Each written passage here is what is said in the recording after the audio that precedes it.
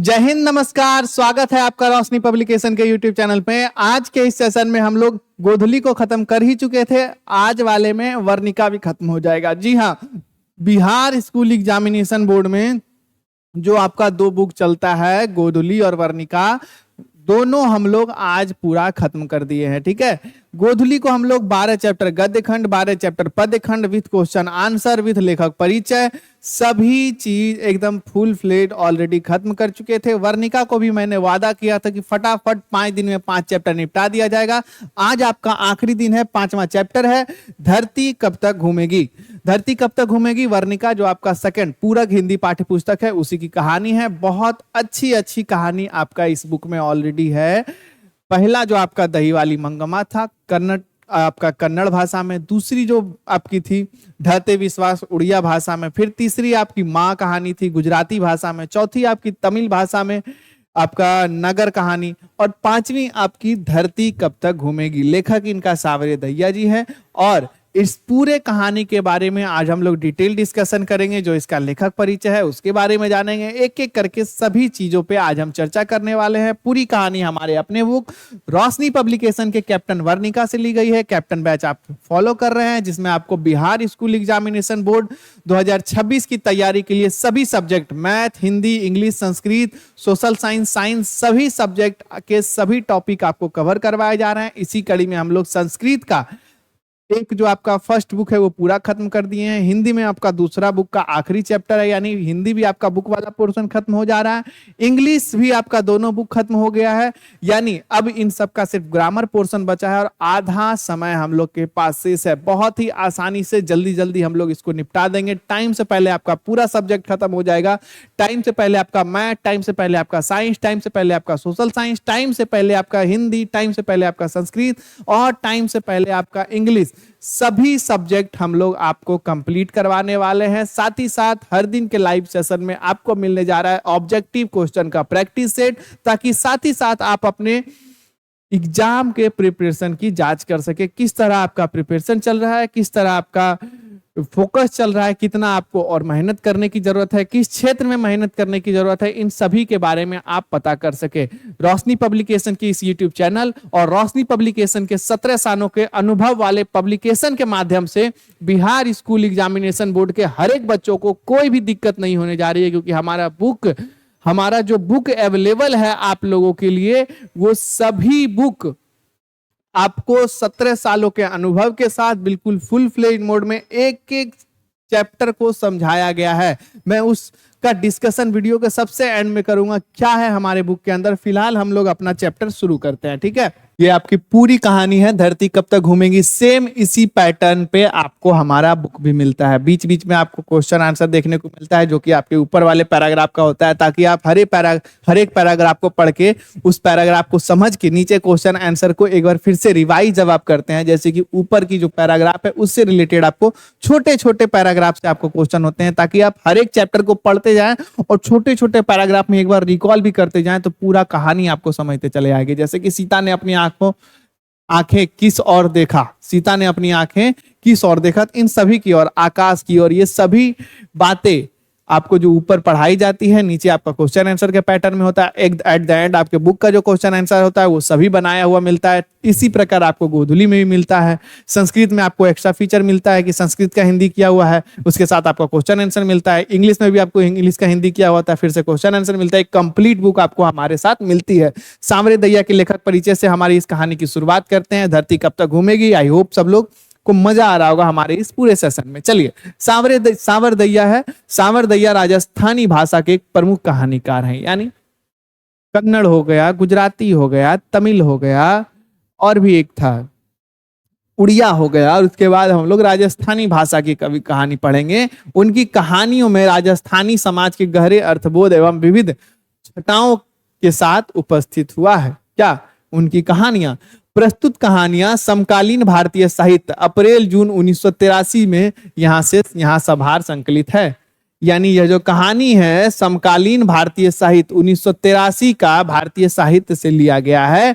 इस कहानी का राजस्थानी से हिंदी में अनुवाद कहानीकार ने स्वयं किया है। यानी सांवरे दैया ही इसके लेखक भी हैं, राजस्थानी में भी और हिंदी में अनुवाद इन्होंने स्वयं किया है। बहुत से कहानी में आपके क्या अनुवादक अलग अलग थे, जैसे कि आपने कन्नड़ भाषा से अनुवाद जो था वो भी अलग थे, उसमें भी लिखा हुआ था, और सभी और भी जो एक तमिल भाषा से जो अनुवाद किए थे वो भी अलग थे, तो वो भी आपके क्या है आपको देखने को मिलता है। फिलहाल इसमें जो सांवरे दैया है उन्होंने हिंदी और राजस्थानी दोनों में खुद ही कहानी लिखी है। अब क्या है, 1 महीना समाप्त होने के 2-4 दिन और बाकी हैं। क्या, यह महीना, कौन सा, यह महीना, सॉरी 1 महीना पढ़ दिया मैंने, यह महीना समाप्त होने में 2-4 दिन और बाकी है। क्यों भाई? सीता ने सोचा कि निश्वास छोड़ी, कुछ याद आते ही उसका मन भर आया, भर आई आंखें पोंछकर उसने आकाश की ओर देखा, फिर जमीन खुरचने लगी। उसे महसूस हुआ कि पृथ्वी और आकाश के बीच घुटन भरी हुई है, ठीक वैसी ही घुटन जैसे उसके हृदय में भरी हुई है। सब कुछ है और कुछ भी नहीं, भरा पूरा घर है, बेटे हैं, बहुएं हैं, पोते हैं, पोतियों हैं, देहोती हैं, धोतियां हैं, मिलने को दोनों वक्त की रोटी भी मिलती है, लेकिन फिर भी पता नहीं सब कुछ अजीब अजीब सा लगता है कहीं कुछ कमी है जरूर। पकड़ में चाहे ना भी आए, दोनों वक्त खाना और निश्चिंत होकर सोना ही तो दुख भुगतने से बाध्य करती है। यानी यह जो कहानी है सीता की है, किसकी है? सीता की है। सीता का यह महीना समाप्त होने को है, यानी एक बूढ़ी औरत है जिसकी पोते पोतियां, बेटा बेटी, नाती नातनी सब कुछ है, और वह जो सीता है घुटन भरी जिंदगी महसूस करती है। उनके पास सब कुछ है, भरा पूरा परिवार है, घर है, दुगार है, 2 वक्त की रोटी है, सब कुछ है, लेकिन फिर भी घुटन महसूस कर रही है। क्यों घुटन महसूस कर रही है? सीता अपना काला ओढ़ना देखकर रुआसी हो गई। वे जीवित थे, यानी कौन? सीता के पति। तब तो सब कुछ ठीक था, घर घर ही प्रतीत होता था। आंगन में खेलते झगड़ते बच्चे की चिल पौ कितनी सुखद प्रतीत हुआ करती थी। उस चिल पौ में संगीत का सा आनंद आता था, लेकिन अब तो बेचारे बच्चे भी चिल पौ नहीं मचाते, यदि कभी मचाते भी हैं तो उनका रिकॉर्ड बजने लगता है। कितनी दफा समझाया कि वहां मत खेला कर, गालियां सीखने के अलावा क्या है, किसी को बोलने का शऊर तो नहीं है, चाहे जैसे बोलते हैं नासपीटे। यानी सीता अपने पति के पलों को याद करती है, जब उनके पति जीवित थे। उस समय उसके पोते पोती सभी आंगन में खेलते रहते थे, कूदते रहते थे, चिल पौ मचा करता था, शोर मचा हुआ होता था। लेकिन अब वो शोर नहीं होता है, क्योंकि अब जो है कमांड जो है बहुओं के हाथ में आ गई है। बच्चे थोड़े से भी अगर बदमाशी करते हैं, कुछ चिल पौ मचाते हैं, तो पकड़ के क्या हो जाता है, सूट दिया जाता है, उनका रिकॉर्ड बनने लगता है, यानी वो रोने लगते हैं। क्यों रोने लगेंगे? क्योंकि उन्हें मार पड़ती है, और उसे समझाया जाता है कि कितनी बार बोला है कि इधर खेलो, उधर जाके गाली वाली तुम सीख जाते हो। ठीक है, अब आगे सीता सोचती है इस घर को क्या हो गया, क्या हो गया, इस घर को क्या हो गया। बच्चे यदि घर के आंगन में नहीं खेलेंगे तो कौन पड़ोस के आंगन में खेलेंगे। सीता कहती है कि घर के आंगन में अगर बच्चे नहीं खेलेंगे तो पड़ोस के आंगन में खेलेंगे, बच्चे तो घर वालों के साथ ही ना खेलेंगे। यानी सीता की जो दोनों बहुएं हैं उन दोनों के बीच में आपस में नहीं बनती है, इस लाइन से प्रतीत हो रहा है। लेकिन नहीं, इन्हें तो घर के बच्चे फूटी आंख नहीं सुहाते, अपने ही प्यारे लगते हैं। उन्हें 24 घंटे खिलाएंगे, हंसाएंगे, कुदाएंगे, उछालेंगे, बार बार चूमेंगे, पुचकारेंगे, लेकिन छोटे या बड़े भाई के बच्चे को देखते ही इन्हें उबकाई सी आने लगती है। यानी 2 भाई हैं, दोनों के बच्चे अपने अपने बच्चों को प्यार करते हैं, लेकिन एक दूसरे के बच्चों को समझते हैं कि सबसे ज्यादा बदमाश यही लड़का है, यही मेरा बाल बच्चा को बिगाड़ा है, यही मेरा बाल बच्चा को बिगाड़ा है। मुंह से चाहे कुछ भी ना कहें, लेकिन आंखें तो सब कुछ बता ही देती है। खीर पूरी खाते समय यदि नाली से उठाई गई कुत्ता थाली के पास आ जाए तो उस समय जो क्रोध और घृणा और पाता नहीं क्या क्या जो भी आया करती है ना, बस वही सब कुछ इसके चेहरे पर अंकित रहता है। यानी एक दूसरे के बच्चों को देखकर इस तरह इन लोग के चेहरा का एक्सप्रेशन बनता है, जैसे कभी खाना खाने बैठे हों और बगल से नाली से कुत्ता निकल के इनके बगल में बैठ जाए, तो वैसा ही जिस तरह घृणा का भाव आता है, उसी तरह का घृणा का भाव अपने बच्चे को, अपने भाई के बच्चे को देखकर इनका लगता है। सीता ये सब सोच रही है। सीता अपने ही बारे में सोचने लगती है। वह कौन है? कहने को तो इनकी माँ ही है, लेकिन माँ और बेटे के बीच जो आत्मीयता होती है वह वहां है। क्वेश्चन मार्क, क्या वो वहां है? तो वह कहती हैं कि वह कौन है। कहने को तो इनकी माँ है, लेकिन माँ और बेटे का जो प्रेम होता है, जो आत्मीयता होती है, वो उन दोनों के बीच नहीं है। कोई घड़ी भर के लिए भी पास नहीं बैठता कि माँ तुम ठीक हो, क्या हाल चाल है, तबीयत कैसा है, मन प्रसन्न है या नहीं, किसी वस्तु की आवश्यकता है या नहीं है, क्या पड़ी है इन्हें, ये क्यों पूछे। कोई भी बेटा सीता को पूछता नहीं है। दोनों वक्त खाना खिलाते हैं, यह काम है क्या, लेकिन वह दोनों वक्त की रोटी खिलाने भी खुशी खुशी कहाँ है। 2 वक्त का दोनों खाना खिलाते हैं हमको, यह कोई उसका काम नहीं है। लेकिन यह भी जो खाना खिलाते हैं हमको, जो खाना पीना हम लोग को सीता को मिलता है, वह भी वो दोनों खुशी खुशी नहीं करते। गले आ पड़ा फर्ज है एक तो, अन्यथा उन तीनों में से इतना कमजोर कौन है जो मुझे अपना पास नहीं रख सकता। उसको क्या समझते हैं, सीता को गले आ पड़ी है। कौन, माँ गले आ पड़ी है। नहीं तो उन तीनों में इतना सामर्थ्य जरूर है कि एक माँ को रख सके। मेरा खर्च उठा नहीं सकता, चाहिए ही क्या मुझे, रोटी ये खाते हैं, रोटी मैं भी खाती हूँ। सीता कहती है कि मेरा खर्च कौन नहीं उठा सकता, मेरे तीनों बच्चे इतने हैं कि वो मेरा खर्च उठा सकते हैं। हम क्या ही मांगते हैं, रोटी वो भी खाते हैं, रोटी हम भी खाते हैं, कुछ एक्स्ट्रा तो हम मांगते नहीं है। अब आगे बात करेंगे। सीता ये सब सोचती है। अब धीरे धीरे कहानी आपकी शुरू होगी, धीरे धीरे कहानी आपकी शुरू होगी। 5-7 व्यक्तियों के खाने के पीछे एक व्यक्ति का खाना तो ऐसे ही निकल आता है। सही बात भी है, किसी घर में अगर 5-7 व्यक्ति हो तो खाना इतना ज्यादा बन ही जाता है कि एक व्यक्ति के लिए भी हो सके। वही सीता सोचती है, नित्य नए पकवान मांगू यह बात तो नहीं, वे रूखे खाएं तो मैं कौन सी चुपड़ी हुई चाहती हूँ। सीता सोचती है कि नया नया डेली हम पकवान मांगे तो वो भी बात अलग है। वो लोग जैसा खाते हैं वैसा हम भी खाते हैं, वो रूखा सूखा था हम भी रूखा सूखा, वो अपनी चुपड़ी हुई रोटी तो हम भी चुपड़ी हुई रोटी, घी तो जैसा वो खाते हैं, जैसी उसकी स्थिति है वैसे में ही खुश है हम। मेरा कुछ आगे मांग नहीं है, फिर भी हमको घुटन सा महसूस हो रहा है। किसको, सीता को। लेकिन अभी तो ये चुपड़ी खाए तो मुझे रूखी डाले तब भी तो कुछ बोल नहीं सकती। लेकिन अब क्या है, वो चुपड़ी खाएं और हम सूखा सूखा खाएं तब भी हम कुछ नहीं बोल सकते। बोलते ही तीनों की बौछार तैयार। हाँ हाँ, हम तो भेदभाव रखते हैं, हमें तो चिकनी चुपड़ी पोसती नहीं, गरीब आदमी है, मुश्किल से अपना गुजारा करते हैं। लेकिन अब जो आपके 56 भोग खिला सके उन्हीं के पास चले जाओ। देखो कितने दिन रोटी खिलाते हैं, वे अमीर हैं तो अपना घर होंगे, उनकी अमीरी हमारे किस काम आने वाली है। हमारे तो हमारी भूख ही काम आएगी ना। यानी सीता के 3 बेटे हैं, तीनों बेटे में अगर कुछ ऐसा होता है कि वो अगर कुछ रूखा सूखा खाए, सीता रूखा सूखा खाए, वो लोग बढ़िया से खाना बना के खाए तो ठीक।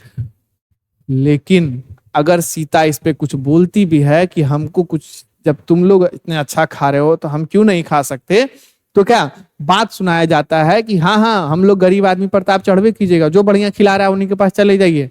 लोग आपको भड़काता है। कौन, यानी भाई एक दूसरे के फूटो आंख नहीं सुहा रहे हैं। सीता उसकी माँ है, उसके 3 बेटे हैं, तीनों में नहीं बनती है। सीता आगे आएगा कि बारी बारी से सीता सबके यहाँ जाती है। सीता याद करती है एक दिन कितना बुरा था जब बड़े लड़के कैलाश ने सुबह चाय पीते समय नारायण और बिज्जू को बुलाकर कहा कि माँ के रखने का ठेका सिर्फ उसी ने तो नहीं ले रखा, तुम लोग का भी तो कोई फर्ज है। तुमने कौन सा घर से हिस्सा नहीं लिया, तुम कौन से माँ के बेटे नहीं हो। यानी सीता एक टाइम था जब अपने जो पति थे उसके मृत्यु के बाद क्या करती थी, बड़े बेटे के यहाँ खाना खाती थी, बड़े बेटे की पत्नी जो बनाती थी वो खाती थी। लेकिन एक बात ऐसा है, कैलाश बड़ा बेटा है और उसका 2 छोटा भाई है। कौन, नारायण और बिज्जू। नारायण और बिज्जू उसको बुला के कहते हैं कि ऐसा है, माँ को खिलाने का ठेका हम नहीं लेके रखे हैं, तुम लोग जमीन में हिस्सा लिए हो, घर में हिस्सा लिए हो, तो माँ मेरी अकेली की है, तुम लोग भी खिलाओगे। उसकी बात सुनकर नारायण बोला, आप जैसा कहेंगे वैसा कर लेंगे। नारायण बोले, ठीक है, आपको जैसा ठीक लगता है वैसे करते हैं, आप खिला रहे हैं तो ठीक है, हम लोग भी खिलाएंगे, मैं क्या कहूँ, तुमने कौन सा दिखाई नहीं देता। कैलाश के भीतर का क्रोध का बवंडर हो उठा। यानी कैलाश क्रोधित था, वो साफ दिख रहा था कि हम क्या कहें, तुमको नहीं दिखाई दे रहा है कि माँ सिर्फ मेरे यहाँ है। बिज्जू चुप रहा, वह हमेशा चुप रहता है, बस सिर्फ देखता है कि कौन क्या क्या करता कहता है। यानी कैलाश और नारायण बात कर रहे हैं, बिज्जू चुपचाप है, वो सिर्फ देखता है, वो हमेशा से ऐसे ही करता है, सिर्फ देखता है कौन क्या और क्या करता है, क्या कहता है। और सीता वह अर्ध विक्षिप्त सी देख रही है, देखो अब क्या होता है, एक माँ तीन बेटे दो वक्त की रोटी। और सीता देखती है कि अब आगे क्या होता है, एक माँ है, तीन बेटे हैं, दो वक्त की रोटी देनी है, और इसमें क्या हो रहा है, मार चल रहा है आपका। चलिए आगे इसी में देखते हैं क्या होता है। तीन बेटे दो वक्त की रोटी, एक माँ तीन बेटे रोटी, और फिर बहस में घूमते माँ बेटे और रोटी में सिर्फ रोटी ही महत्वपूर्ण रह गई। पूरा बुरजोर बहस हुआ, तीन बेटा हैं, एक माँ है, दो वक्त की रोटी देना है, और इन सब में सबसे महत्वपूर्ण टॉपिक माँ नहीं थी कि माँ को कौन रखेगा, जी नहीं, इन सभी में सबसे महत्वपूर्ण जो विषय था वह रोटी थी कि रोटी कौन देगा। माँ और बेटे कहीं दूर जाओ पड़े, गोफान में डालकर फेंके गए पत्थर की मनीदा। माँ और बेटे का संबंध कहीं दूर रखा गया, माँ और बेटे का संबंध उसमें भूल गया कि ये मेरी माँ है, मैं इसका बेटा हूं, उसका संबंध भूल गया। लोगों का जो बेटे का जो फोकस था वो रोटी की, इनको रोटी कौन खिलाएगा। ठीक है, रोटी का आकार और भार इतना बढ़ गया कि उसे संभालना किसी के सामर्थ्य की बात नहीं थी। फैसला तीनों जाने बारी बारी से एक एक महीने अपने साथ रखेंगे। यानी फैसला हुआ कि एक एक महीना तीनों रखेंगे, फिर एक एक सर्कल घूमते रहेगा। सीता को कुछ कहने का मौका ही नहीं मिला, सीता को कुछ नहीं बोलने दिया गया। तीनों में से किसी ने यह नहीं पूछा कि यह फैसला उसे मंजूर है या नहीं, उसकी अपनी इच्छा क्या है, उसे निश्वास छोड़े, खैर कोई बात नहीं। यदि आज वे होते तो यह तमाशा देखते तो क्या कहते, उनसे यह सब कुछ सहन हो पाता। यानी आज वे, यहाँ जो वे का आ रहे हैं वो कौन है, सीता के पति जिसकी मृत्यु हो गई है। तो वे कहते हैं कि अगर आज वो होते तो उसे ये सब सहन नहीं हो पाता कि उसका तीन बेटा है, तीनों को वो अपना लायक बनाए, और वो तीनों लायक एक माँ को देखने के लिए आपस में लड़ रहा है, और एक एक महीना का क्या पारी बांध लिया है। वे तो लाल पीले होकर गालियां निकालने लगते। क्या करते, लाल पीले होकर, यानी गुस्सा हो जाते और गालियां देने लगते। किसको, अपने बेटे को। थप्पड़ या लात मारते ऊपर से, क्या समझ रखा है मुझे, मैं तुम्हारी इन रोटियों के भरोसे बैठा हूं क्या, अभी तो इतनी सामर्थ है कि तुम जैसे 20 भिखारियों को रोटी डाल सकता हूं। एक लंबा निश्वास लेकर उनके होते हुए कभी ऐसी बात उठी ही नहीं। उन्हें क्या खबर थी कि ये लोग दो वक्त की रोटी के लिए ऐसा करेंगे। सीता सोचती है, सीता कुछ कह नहीं पाती है, ना ही सीता से कुछ पूछा जाता है कभी।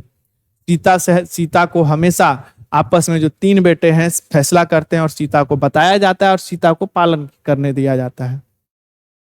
सीता को हमेशा अपने पति याद आते हैं कि जब हम उसके राज में थे, जब मेरे पति थे तो हमको कोई बोलने वाला नहीं था, आज मेरे पति नहीं है तो ये जो तीन बेटे हैं मेरे, ये जो तीन मेरे सुपुत्र हैं, वो इस तरह से कर रहे हैं कि एक के लिए भी इतने सामर्थ्यता नहीं जुट पा रही है कि वो हमको खिला सके, वो हमको कुछ दे सके, खुशी से खिला सके। खिलाना तो सही है, खुशी से कोई नहीं खिला सकता। चलिए आगे बात करते हैं। यानी यहां से डिसाइड हो गया कि 3 महीने अपना पारी पारी से आएंगे। सीता को अच्छी तरह याद है कि वे फागुन के दिन थे, 3-4 दिन बाद होली थी, बिल्कुल फीकी। यानी 3-4 दिन बाद होली थी।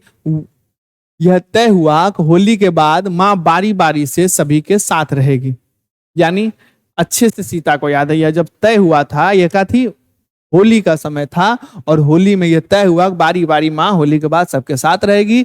नरसिंह जी वाले के दिन खाना खाते हुए उसे लगा कि लापसी बिल्कुल फीकी है, और निगलने का समय लगता कि कोर गले में अटक रहा है। होली वाले दिन भी अनमनी और उदासी थी। होली वाले दिन तो वैसे ही तो लापसी ही बना करती है, लेकिन उस दिन कैलाश की पत्नी ने दाल का हलवा बनाया था। भुनती हुई दाल देखकर उसे लगा कि वह भी भुनी जा रही है।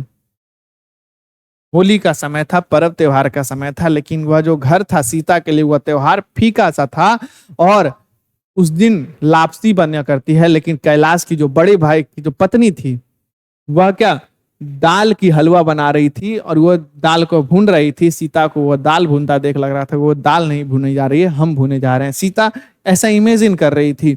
बच्चों उसको कहने लगे, बच्चे उसके कहने लगे, दादी माँ, बाई माँ, यह कह रही थी कि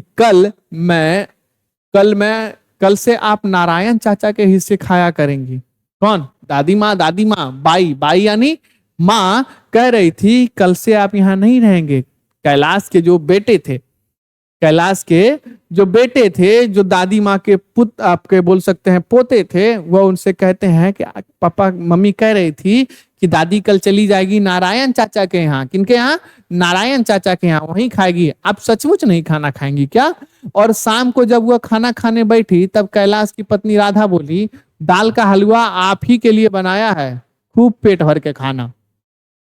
शाम के समय कैलाश की पत्नी बोलती है कि दाल का हलवा आप ही के लिए है, आराम से पेट भर के खाइए, आप ही के लिए बना है। वह सोचने लगी कि दाल का हलवा हो या रोखी रोटी, खाने के लिए बैठने के बाद तो पेट का गड्ढा भरना ही पड़ता है, रुचि हो या 2 कोर से ज्यादा, अन्यथा 4 कोर कम।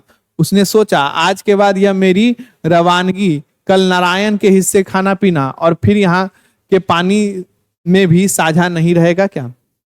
यानी बच्चों के पास आना जाना भी बंद हो जाएगा क्या? नहीं, यह बात नहीं हो सकती। यानी वो सोचते लगती है कि ये हमको जो नारायण के यहाँ खाना खाने बैठा जा रहा है, कि इसका मतलब क्या वहां खाना खाएंगे तो ये पानी तक भी नहीं देगी क्या?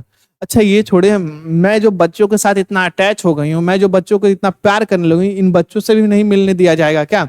ये सभी चीजें सीता के मन में चलती रहती है। ठीक है, ये सभी चीजें सीता के मन में जब चलती रहती है तो आगे होता है, एक के बाद दूसरे और दूसरे के बाद तीसरे के हिस्से में वह लुढ़कने लगी। कैलाश के हिस्से से नारायण, नारायण के हिस्से से बिज्जू, बिज्जू के हिस्से से फिर से कैलाश। हिस्सा बदलते बदलते बच्चे हर्षित हो जाते, उसके पास आते ही कहते, दादी जी कल से आप हमारे घर में खाना खाएंगे, हम साथ ही खाना खाएंगे, एक ही थाली में, ठीक है ना दादाजी, दादी जी। तो बच्चे खुश हो जाते लेकिन माँ बाप बहुत उदास होते। वह रुआसी हो जाती। इस नासमझ बच्चों को भी पता चल गया है कि वह बारी बारी से खाना खाती है, 1 महीने से 1 दिन भी अधिक नहीं कोई रखता। एग्जैक्ट 1 महीना पूरता है और फिर दूसरे पे शिफ्ट। महीना होते ही टिकट कटवाओ, अब 2 महीने के लिए आफत टली, यही सोचते हैं। क्या करते हैं? बारी बारी से खाना खाने के लिए अलग अलग बेटे के पास जाते हैं। महीना होते ही भेज दिया जाता है कि अब 2 महीने के बाद फिर दोबारा आएंगे। ये आफत जो है अब 2 महीने के बाद आएंगे। आफत कौन? सीता। चलिए आगे बात करेंगे इसमें।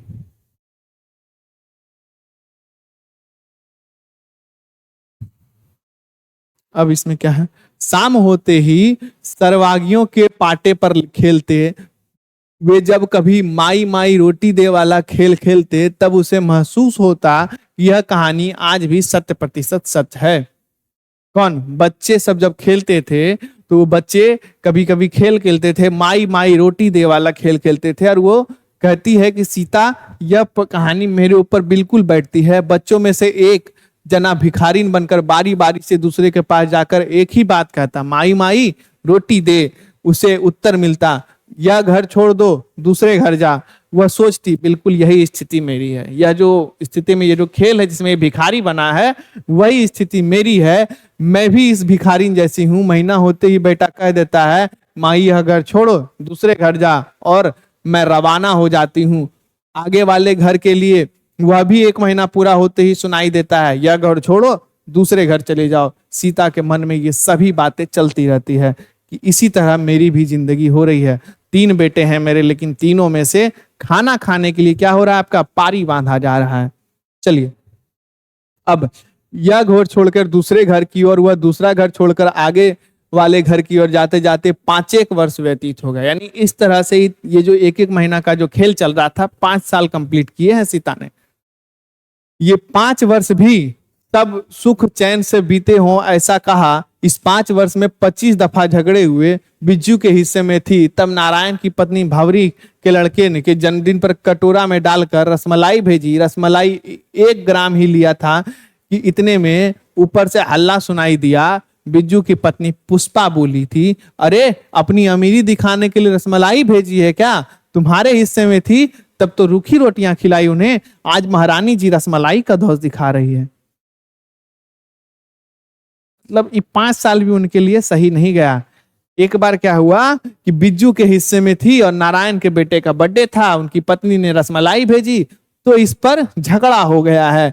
देखी तुम्हारी रईसी, मेरे हिस्से में हो तब तुम अपना यह माल अपने ही पास रखना, हमारी जैसी सामर्थ होगी हम खुद खिला देंगे। हूँ सीता को फिर याद आया, उन दिनों वह नारायण के हिस्से में थी। राधा को बुखार आ गया, कैलाश नौकरी के किसी काम से बाहर गया था, उसे 2-3 दिन तक उस बच्चों के लिए रोटी बनाई। कुछ दिनों बाद बच्चों के झगड़े को लेकर भंवरी और राधा के बीच भी झगड़ा हो गया। राधा ने कहा, जब बच्चे झगड़ रहे थे तब सास जी वहीं थी। क्या थी? तब सास जी वहीं थी, चाहो तो उससे पूछ लो। इतने में भंवरी ने जहर से बुझी हुई तीर छोड़ी हुई, अरे जा जा, पूछ लिया तुमसे और उसने दोनों से। यानी झगड़ा हर बार कुछ ना कुछ बात पे हो रहा है। एक बार रसमलाई के बात पे, दूसरी बार बीच में झगड़ा हुआ। उनसे क्या पूछना, वे गुलामी करती फिरती हैं तुम्हारी और खाना खाती है मेरे, और गुलामी तुम्हारी करती है। अच्छी बात है, लेकिन खाना तो खिलाना था। क्या था? कैलाश की जो पत्नी थी वो बीमार पड़ गई थी। क्या पड़ गई थी? बीमार पड़ रही थी। तो उसके यहाँ खाना बनाने के लिए सीता चली जाती थी, तुम्हारा खाना हम बना, बाल बच्चा जो तुम्हारा है कैसे खाएगा, मेरा भी तो पोता है। तो उतने में बीच में बच्चों में झगड़ा हुआ, तो कैलाश की पत्नी कहती है कि जाके पूछ लो माँ जी से, वही थी, किसका गलती है किसके बच्चे से। तो फिर वही नारायण की जो बहू है, नारायण की जो पत्नी है, वो कहती है, इससे क्या पूछेंगे हम, ये तो खाते मेरे यहाँ है, गुलामी तुम्हारे यहाँ करती है, ये तो तुम्हारा गुलाम है, ये तो तुम्हारे पक्ष लेगी। तो इस तरह से बातें हुआ करती है। यानी सीता को सच में इस तरह से आप बोल सकते हैं मानसिक रूप से प्रताड़ित किया गया, उन्हें सच ही में लगता था कि भाई धरती कब तक घूमेगी। उसकी आंखें भर आई, इनके लड़ाई झगड़े का कोई अंत नहीं, ये हमेशा लड़ती हैं, लड़ाई है इनके और कांटे, लड़ाई लड़ाई इनकी है और कांटों में घसीटती है मुझे। लड़ाई होती है आपस में दोनों बहुओं की, और बीच में कौन घसीटी जाती है? सीता घसीटी जाती है, जो कुछ नहीं बोलती है, चुपचाप रहती है। वह मरना तो मेरे भी हाथ में नहीं, अब मरना तो मेरे भी हाथ में नहीं। सीता सोचती है अब मरना तो हम मेरे भी हाथ में नहीं, जब आएगा मृत्यु तभी ना मृत्यु होगी। हाथ में तो यही है, यही कर दिखाऊं, भगवान ने जितने सांसें लिखी है उतनी तो लेनी ही पड़ेगी। सीता यही सोच सोचकर उदासी सी हुई जा रही थी। सीता यही सोच सोचकर रूठती हुई, रुआसी, मतलब उनका चेहरा मुरझा सा जा रहा था। आगे बात कीजिए। सीता को महसूस होने लगा कि आकाश अनंत नहीं है, इस धरती पर लंबी चौड़ी नहीं है, सिकुड़ गई है, घर भी सिकुड़ सा गया है। क्या हो गया है? घर भी सिकुड़ सा गया है।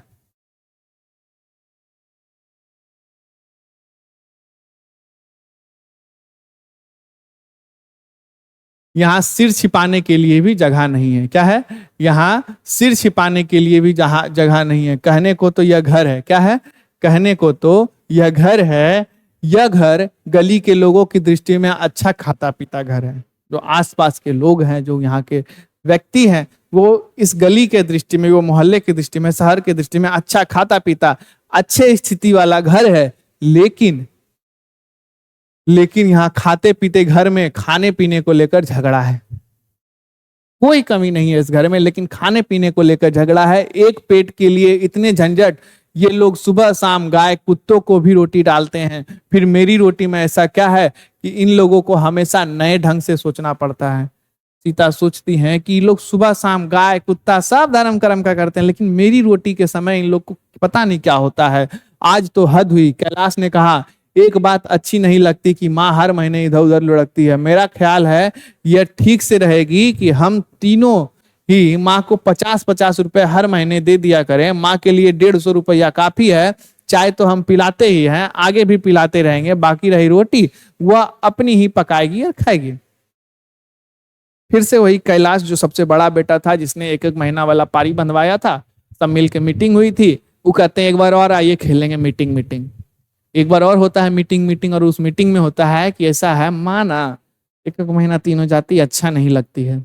ऐसा करते हैं, माँ को 50-50 रुपया तीनों देते हैं, 150 रुपया 1 महीना के लिए काफी है। चाय तो हम लोग पिलाते ही हैं, अपने बनाएगी अपने खाएगी। तो ये अब डिसाइड होता है, समझे। इसके बाद नारायण ने कहा जैसी आपकी मर्जी, मुझे मंजूर है। यानी अब यहां समझ जाइए, नारायण ने कहा कि जैसी आपकी मर्जी, मुझे क्या है, मंजूर है। अब तो बिज्जू भी चुप नहीं रहा। नारायण तो हर बार बोलता ही था। नारायण और कैलाश में डिस्कशन होता था, बिज्जू पालन करता था, क्योंकि बिज्जू कुछ बोलता नहीं था। लेकिन इस बार बिज्जू भी चुप नहीं बोला। इधर उधर लुढ़कने से तो अच्छा है ना कि अपनी जगह पड़ी रहेगी। कौन? सीता। बोल कौन रहा है? उनके तीनों बेटे। इतनी बात होने के बाद कमरे में मौन तीक्ष्ण, कीले की खेत उगाए, इधर उधर हिलते ही कीले चुभती, सभी यथावत बैठे रहे। थोड़ी देर बाद कीले ठुक स्वर से शुरू हुआ, मां को पूछ तो लेते। यह बिज्जू की आवाज थी। किसकी आवाज थी? बिज्जू की आवाज थी। मां आजकल किसी बात के लिए ना नहीं करती, उसकी बाल से कुछ भी हो, चाहे मूल बात तो अपने ही जचने की है। यहाँ बिज्जू कहता है उस समय कि कम से कम मां से पूछ लेते उसको मंजूर है कि नहीं। तो कहता है कौन? कैलाश कहता है कि वो तो जो कहते हैं वो मान ही लेती है, कोई दिक्कत नहीं है। जब सीता ने यह सुना तब वह कुछ नहीं बोली, बारी बारी से तीनों बेटे की ओर निहारने लगी। उनकी आंखों के आगे अंधेरा सा छा गया, मगर रोने की आवाज होठों से बाहर नहीं निकली। हृदय का एक टुकड़ा रो रहा था, उसके भीतर आंसुओं का समुंदर भर गया था। क्या हो गया था? आंसुओं का समुंदर भर गया था। सीता सोचने लगी कि यहाँ रोटी खाती हूँ तो कौन सा मुफ्त का खाती हूँ, इनके बच्चों की देखभाल करती हूँ, जैसे बन पड़ते हैं दो चार बर्तन भी साफ करती हूँ, कौन से हाथ घिसते हैं मेरे। लेकिन ये 50-50 रुपए इस काम को मजदूरी दे रहे हैं क्या? जब मजदूरी ही करनी है तो कहीं भी कर लूंगी। सीता को अब रहा नहीं गया। सीता अब कहती है कि यहाँ रहते हैं कौन सा इसका बह के खाते हैं, यहाँ पे रहते हैं तो इसका बच्चा का देखभाल, छोटा मोटा बर्तन होता है वो सब धो लेती हूँ। अगर इतना ही करके खाने को होता है, इसका 50-50 रुपया के लिए नहीं है हम। सीता का यहाँ पे जमीर जाग उठता है। दुनिया में काम की कौन सी कमी है, और नहीं है तो घर में बर्तन भांडे ही साफ कर कर रोटी खा लूंगी। सवाल तो रोटी का ही है ना, तो यहाँ नहीं कहीं और खा लेंगे। ठीक है, सीता का यहाँ पे जमीर जवाब दे देता है। और शायद हम लोग कहानी के अंतिम पड़ाव में है। ये है, अगले दिन सीता ने अपने 2-4 पूर्व पल्लों की गठरी बांधी और अंधेरे में ही घर से निकल गई।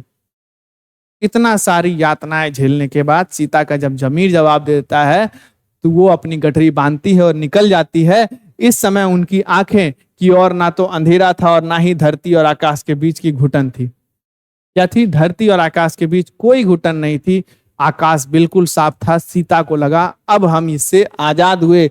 आज आकाश अनंत था, धरती बहुत बड़ी थी, वह रास्ता बहुत ही चौड़ा था जिस पर वह रवाना हुई थी। और सबसे बड़ी बात यह थी कि उसके चारों ओर खुली हवा थी।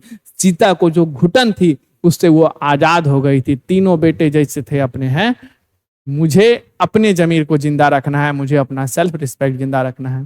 तो इस प्रकार वही है कि धरती कब तक घूमेगी। एक माँ अपने तीनों बेटे के इधर चारों तरफ बारी बारी से कब तक घूमेगी। एक बार धरती यहाँ पे माँ है। धरती कौन है?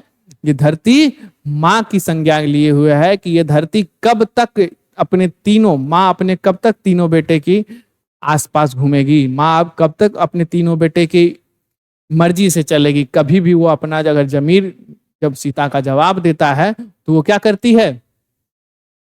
धरती और आकाश के बीच अपने खुले हवा में सांस के लिए निकल पड़ती है। बहुत अच्छी कहानी है। पांचों कहानी A1 थी। आपकी यार ये आखिरी कहानी थी जो आज खत्म हुई है। बहुत अच्छा लगा होगा, आई होप आपको। और ये पूरा वर्णिका खत्म हो गया है, इसको हम लोग खत्म करते हैं।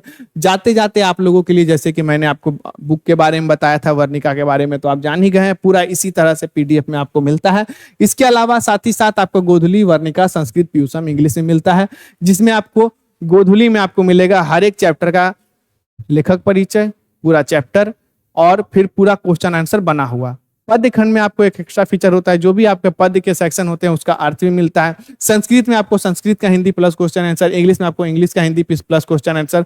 9, 10, 11, 12 सभी तरह के बुक में आपको ये देखने को मिलते हैं। आई होप आपको ये समझ में आ गया होगा। आपके इसके अलावा SST का बुक है 10th में बात करें। इसके अलावा आपका क्वेश्चन बैंक है Bihar school examination board class 10th के लिए 2026 के लिए। किसके लिए?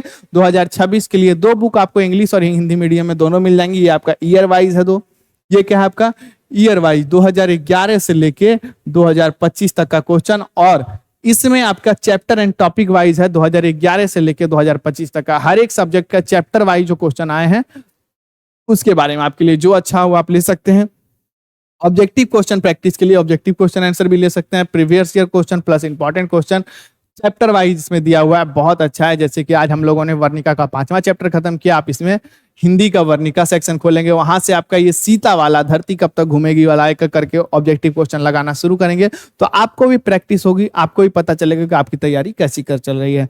बाकी हमारा साथ आपके साथ हमेशा है ही, हमारे पब्लिकेशन का साथ, हमारे इस रोशनी पब्लिकेशन के यूट्यूब चैनल का साथ, हमारे इस कैप्टन बैच के साथ और हमारे इस कैप्टन बुक के साथ, captain Godhuli, captain Varnika, captain Sanskrit, captain Piyusham, captain panorama, captain English reader 9, 10th, 11th, 12th सभी में आपको देखने को मिल जाएंगे। इसके अलावा 11th और 12th के लिए आपका अलग से रेनबो और दिगंत अवेलेबल है, रेनबो और दिगंत इसमें भी अवेलेबल है, 11th का भी है 12th का भी, सेम फीचर के साथ जो आपको 10th के बुक में मिलती है। इसमें भी आपको इंग्लिश का हिंदी किया हुआ मिलेगा, क्वेश्चन आंसर मिलेगा, इसमें भी आपको पद सेक्शन का बिल्कुल अच्छा से जवाब एक्सप्लेन किया हुआ मिलेगा, क्वेश्चन आंसर मिलेगा, गद्य सेक्शन में भी आपको पूरा डिटेल में होगा, सभी में आपको लेखक परिचय भी देखने को मिलता है। कंप्लीट तैयारी के लिए आप इस बुक को हमारे official website roshnipublication.com, Flipkart, Amazon और अपने नजदीकी बुक स्टोर से परचेज कर सकते हैं। वेबसाइट का लिंक, अमेजॉन, फ्लिपकार्ट का लिंक आपको हमारे डिस्क्रिप्शन बॉक्स में मिल जाएगा। बिहार के किसी भी जिले से हैं, 3800 जिले में से हर एक जिले में आपको ये बुक देखने को मिलता है। तो आज का जो हमारा सेशन है यहीं पे खत्म करते हैं। आपका पूरा वर्णिका खत्म हो गया है, गोधुली खत्म हो गया है, एसएसटी, साइंस, मैथ और बाकी सब हिंदी, इंग्लिश, संस्कृत का आपका जो ग्रामर वाला पोर्शन है जल्दी आपको खत्म करके मिलेगा। तो आज का हमारा सेशन यहीं पे खत्म होता है। मिलते हैं अगले वीडियो में, तब तक के लिए जय हिंद, जय भारत।